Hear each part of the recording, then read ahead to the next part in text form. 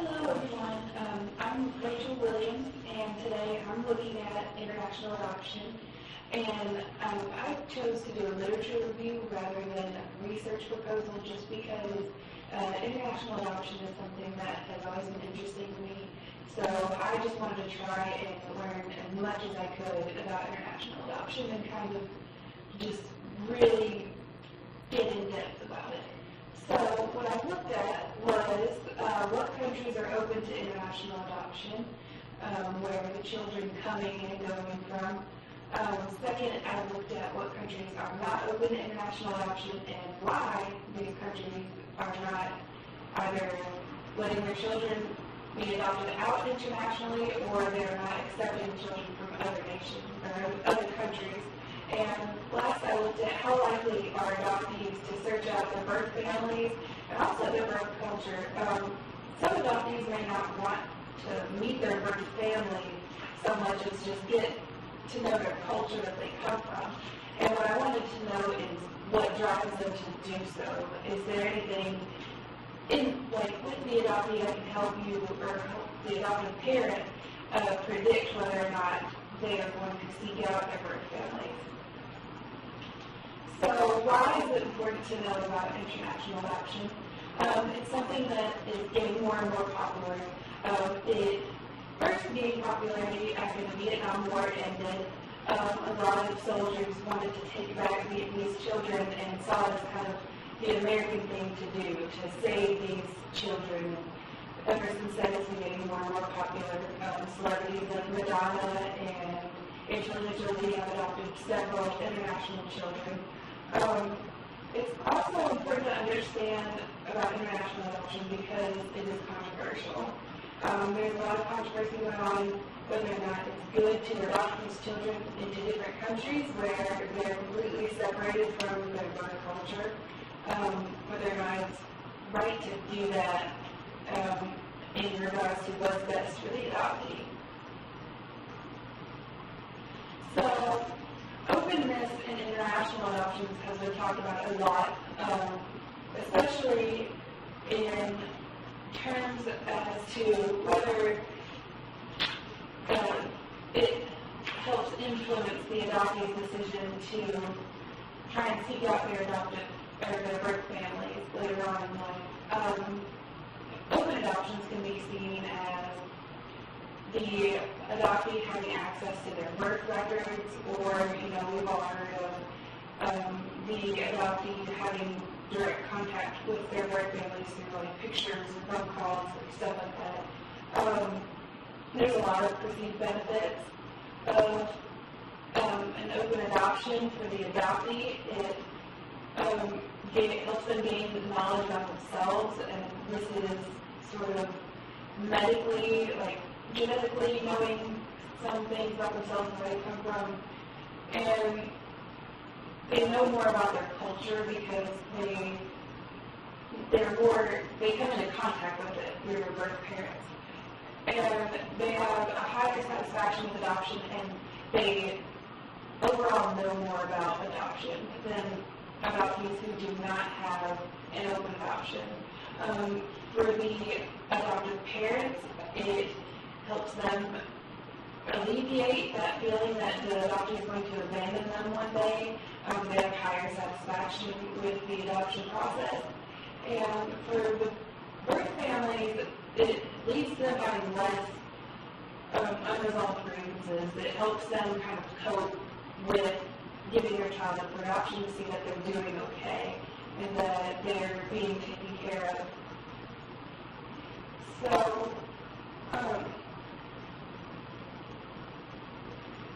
even though popularity of international adoptions is increasing, the number of international adoptions is actually decreasing. And there are many reasons for this. One reason for this is that the Hague Convention is something that was created in 1994 but wasn't implemented by the United States until 2008. And this is something I'm going to go over in more detail later. But it's not decreasing because there are not available children. There's more available children than ever. but because of strict regulations for the adoptive parents to adopt children and strict regulations for the countries to meet before children can be adopted from these countries. So the Hague Convention, like I mentioned, was signed by the United States and implemented in 2008. The main goal of the Hague Convention was to prevent human trafficking. It's an issue of international adoption that has especially been seen in countries like India, where children are being taken from their homes, like taken off the streets and sold to orphanages, so that the orphanage and the human trafficker can make a profit off of these children.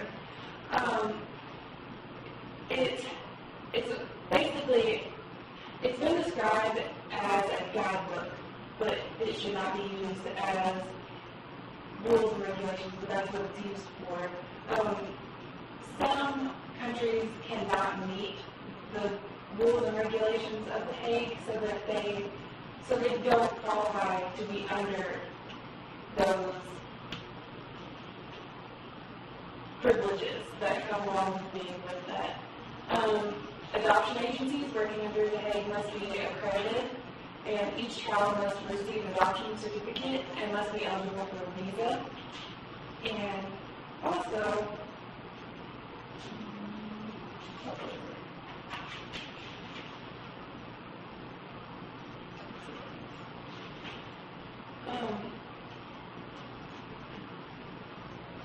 the countries that are accepting children from other countries right now are the United States, Canada, Holland, the Netherlands, Germany, Switzerland, and Ireland. The countries that are mostly adopting out children are a lot more. They are China, Colombia, the Congo, Costa Rica, Ethiopia, Honduras, India, Jamaica, Japan, Kenya, Mexico, Nepal, Nigeria, Peru, the Philippines, Poland, Romania, Serbia, South Africa, Korea, South Korea, Taiwan, Thailand, Uganda, the Ukraine, and Uzbekistan.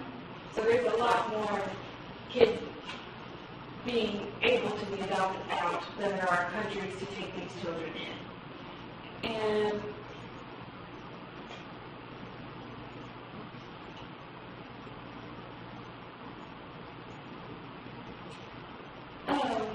there have been some issues with Canada regarding international adoptions because although they are under the Hague Convention, they abide by all of their rules except for one, and that is Article 21, which states that by not following this rule, Canada is basically giving the adoptees' birth culture more power than Canada actually has for the adopted children.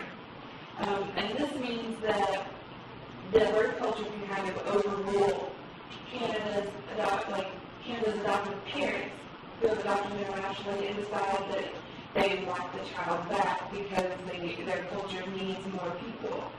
And this isn't, I understand why they're doing this. It's out of respect for the cultures, to try to help preserve these cultures, but it's not really something that I feel like they should do. I feel like once the child is adopted, the adoptive parents and, everybody should have to abide by their country's laws and not, some other country's laws. But China's also trying to shut down international adoptions. They are open to adopt children out right now, but they have put restrictions on internationally adopting that are so really restraining a lot of people from adopting, such as families who want to adopt cannot be morbidly obese, have facial deformities, they can't have taken antidepressants for mental illness in the last 2 years. Single women are allowed to adopt children from China, but only after they sign a waiver stating that they're not homosexual and even then, they're only allowed to adopt children from China who have special needs, and those who are blind or schizophrenic are just totally banned altogether. They cannot adopt children from China. And South Korea is phasing out international adoptions too. Their reasons are a lot like China. They're having a growing sense of nationalism. They're wanting to keep their children in their country. And Vladimir Putin also had a quote saying that he was basically saying that, yeah, other countries are better than ours. We should follow our children there, growing ourselves. So he's trying to say that even though things in his country aren't the best, that the Russian children should still stay in Russia rather than being adopted out into the United States, for example. Some countries are against international adoption or close to it right now. I don't say they're all against it because some of them, like I said earlier, are not internationally adopted because they can't meet the requirements of the Hague Convention. But some of these countries are Vietnam, Russia, Guatemala, Rwanda, the Himalayas, Cambodia, Haiti, and two of these countries, Ghana and Kazakhstan, have not yet completely closed their doors, but they are suspended at the moment. And Ghana is actually technically open, but like China, they have really strange restrictions on adopting internationally. And their big rule is that the adoptive parents must live in Ghana for 3 years or 3 months. It's 3 months. They have to live in Ghana for 3 months before adopting the child out of there. And, that's just kind of unreasonable because the adoptive parents are going to have jobs they need to go to. They can't just essentially skip town for 3 months. But, so why are these countries against international adoption? There are a lot of reasons.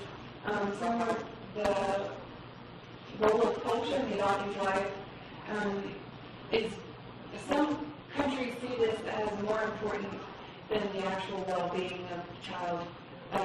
Preserving the culture is number one in their eyes. And actually, UNICEF even said that adopting children out internationally should be a last resort, and that children should be kept in their countries unless it's just no way for it to happen.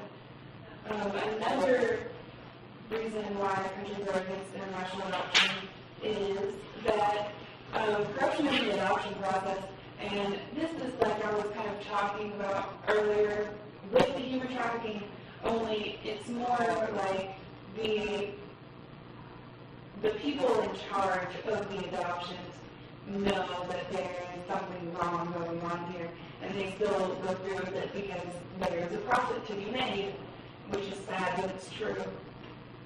Human trafficking, like I said, in India, there's a lot of children who are getting stolen off the streets while walking out there playing or from their homes while their parents are at work and being sold to these orphanages who are then selling these children to adoptive parents from other countries.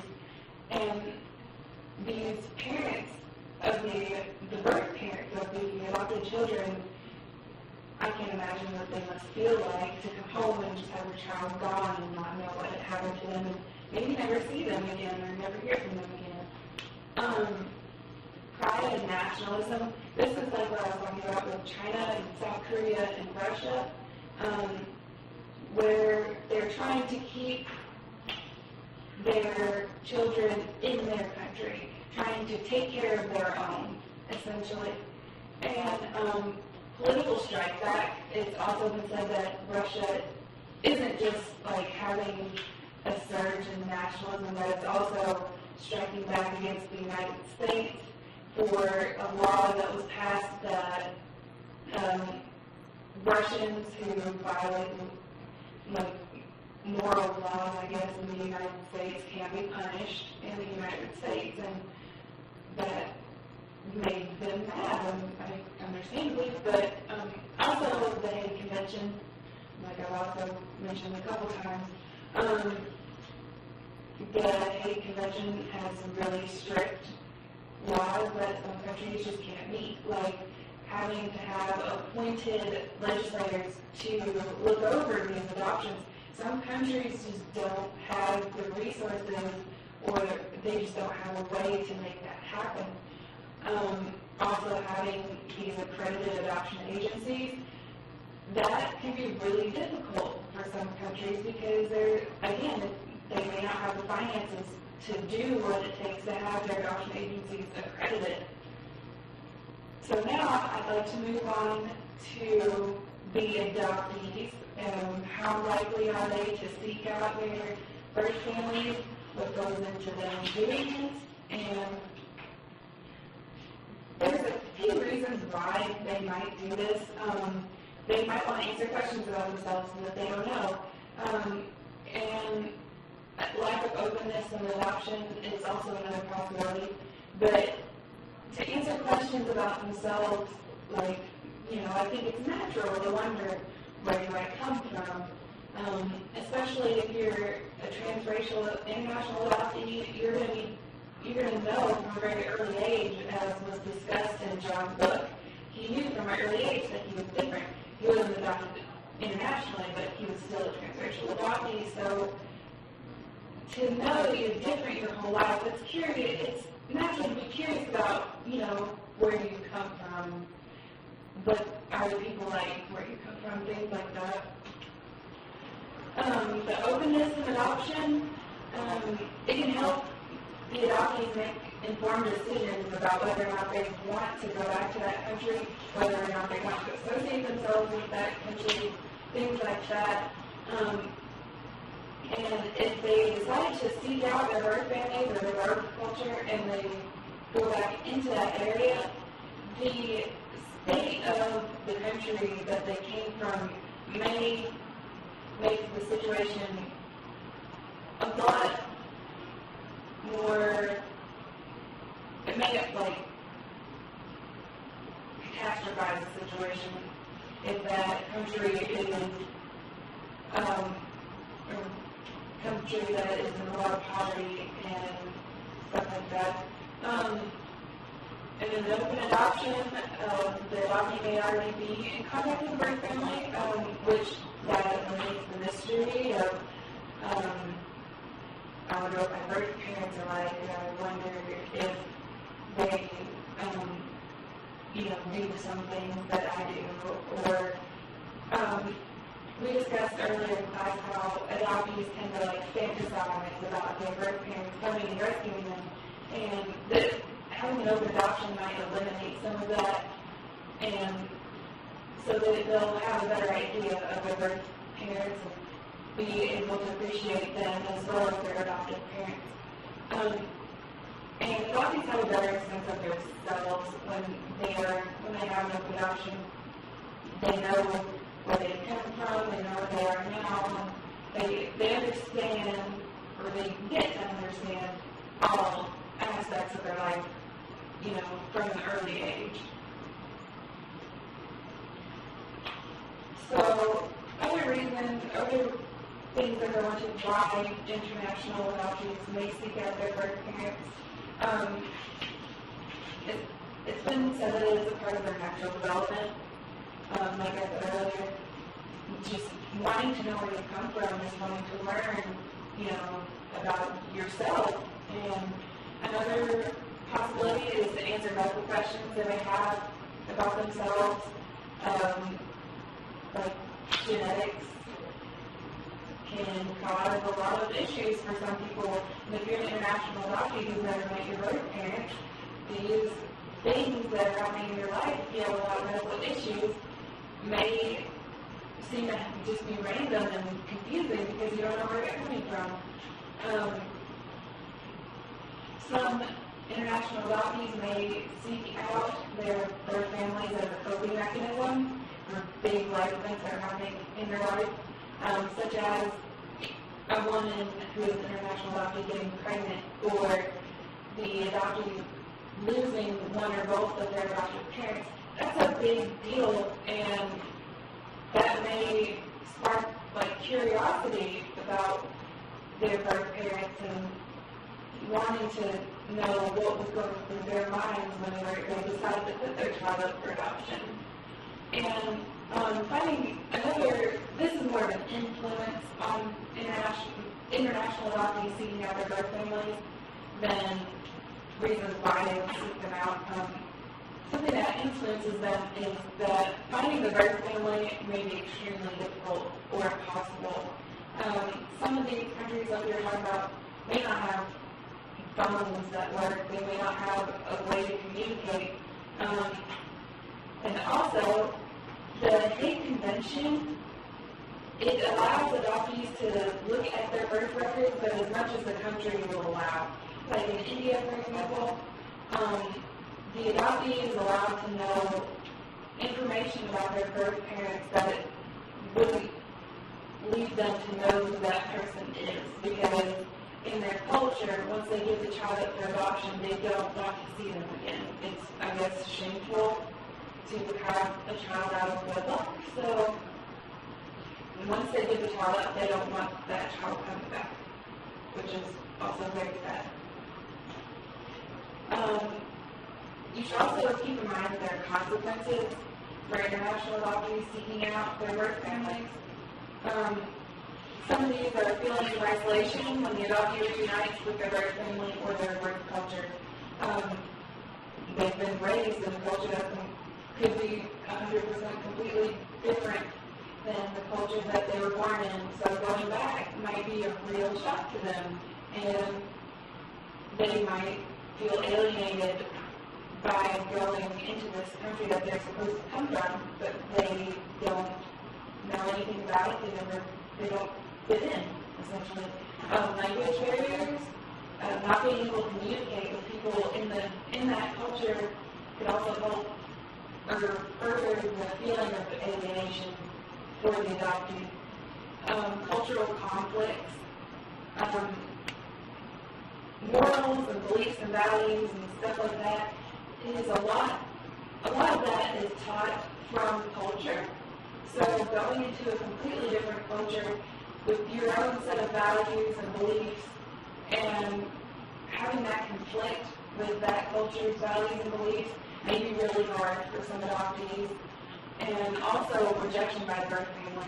Like I said, with the birth mothers in India, they don't really want their child to come back and meet up with them.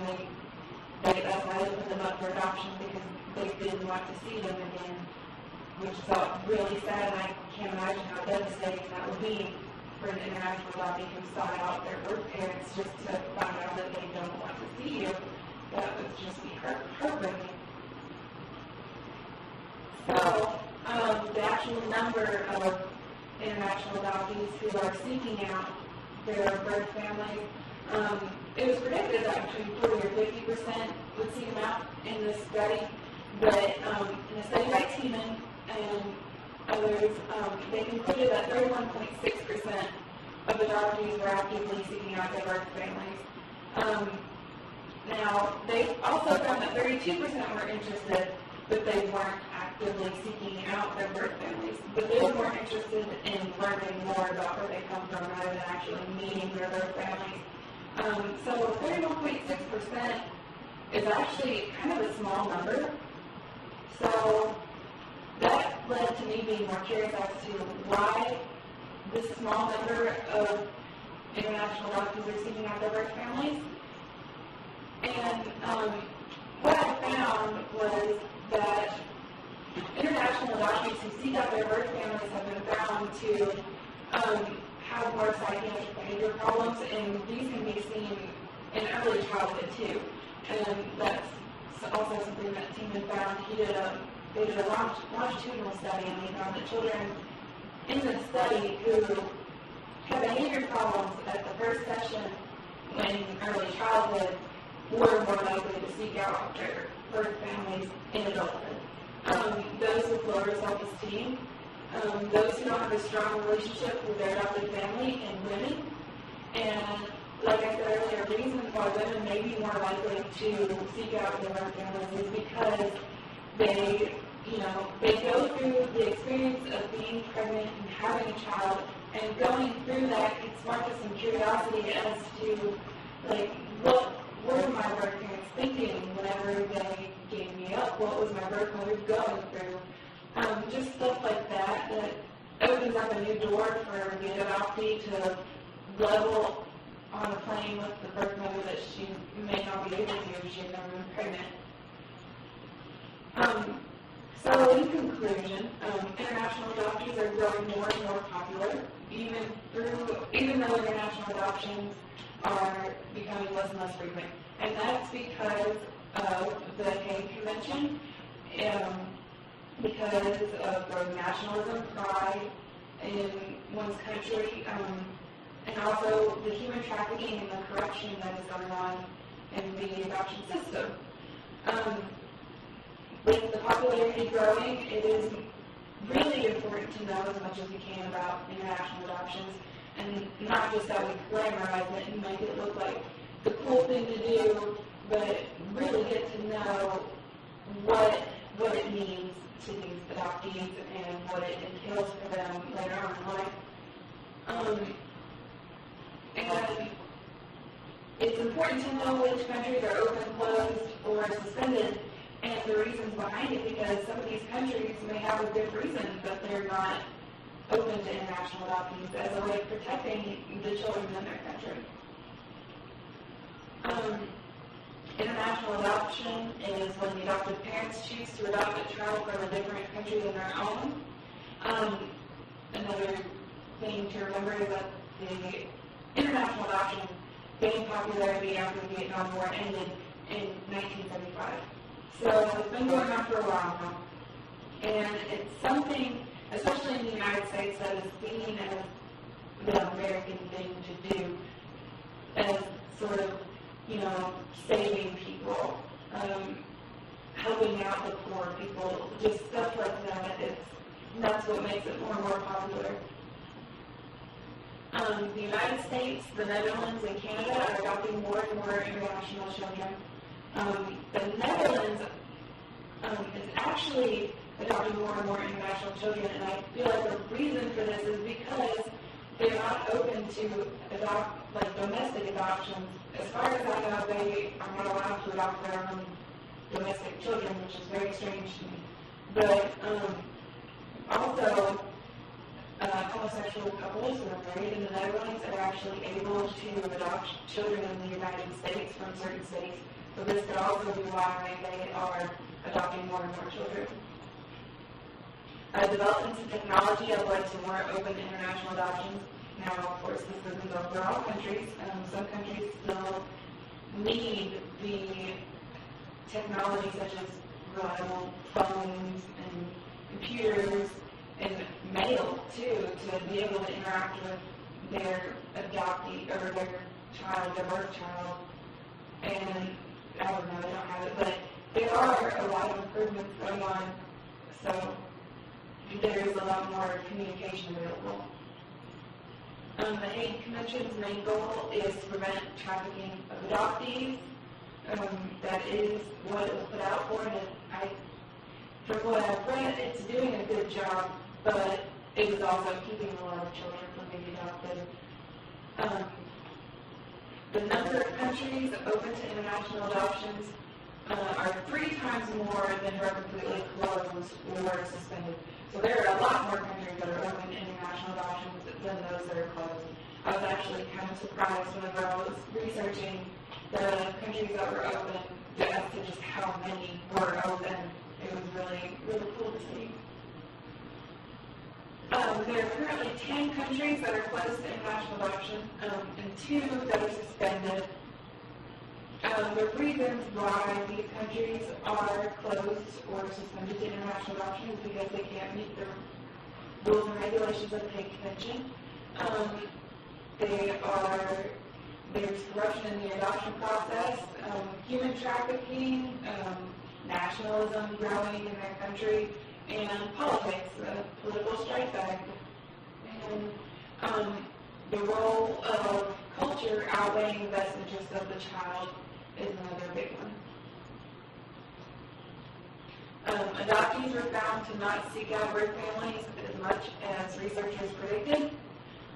Factors that help determine if the adoptee would seek out their birth family was to answer questions about themselves, whether it be medically or just, in their mannerisms or anything really, and coping with a big life event, and the adoptee wishes to have a relationship with their birth family. Now, where future research can go from here, future researchers could use the information presented to look at how much openness in adoption really affects the likelihood of these adoptees seeking out their birth families, whether or not it makes that big a difference at all. They could also look at the importance of culture in the adoptee's life, seeing as how this is such a big issue with international adoption. It's something that we should know as much as we can about and how to implement the adoptee's culture in their life and what's the best way to do so. Also, it's kind of seen by the adoptive parents usually that if they seek out their birth families, it's a sign of a failed adoption. And if we knew more about international adoption, we might find some information that would say that, that's not really true. It might just be a natural thing that they go through. With international adoption surpassing domestic adoption in numbers, it is very important that we learn as much about it as possible. And knowing as much as we can about international adoption can help adoptive parents prepare themselves for the road ahead if they're going to be adopting children internationally and haven't yet. It can help them know what to expect, and it can help the birth parents know what to expect, and will basically be there for the whole adoption trial. Well, that's my presentation. Thank you for listening, and I look forward to your questions.